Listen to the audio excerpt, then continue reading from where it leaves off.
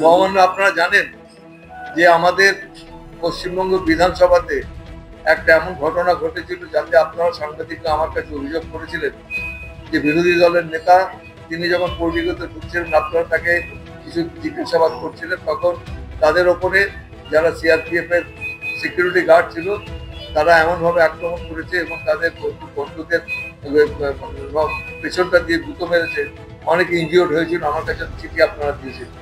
তার পরিপ্রেক্ষিতে আমি সিদ্ধান্ত নিয়েছিলাম যে এই ধরনের সিআরপিএফ এর সিকিউরিটি কেন্দ্রীয় বাহিনী বা সিকিউরিটি নিয়ে তারা ঢুকতে পারবে না, এবং সেইটার বিরুদ্ধে ওরা হাইকোর্টে আবেদন করেছিলেন যে অন্যান্য মন্ত্রীদের সিকিউরিটি যখন ঢুকছে আমরা কেন ঢুকতে পারবো না।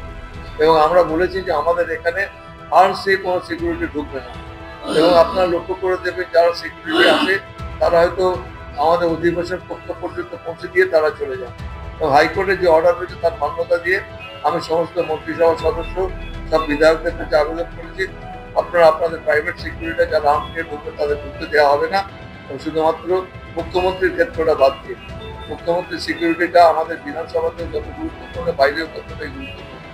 এবং সেই হিসেবে আমার মাননীয় মুখ্যমন্ত্রীর যে সিকিউরিটি রয়েছে তারাই আসবেন, তাদের জন্য এই রেস্ট্রিকশনটা আমি ইম্পোজ করিনি, বাকি অন্যান্য সবার জন্য এই রেস্ট্রিকশনটা ইম্পোজ করা হয়েছে।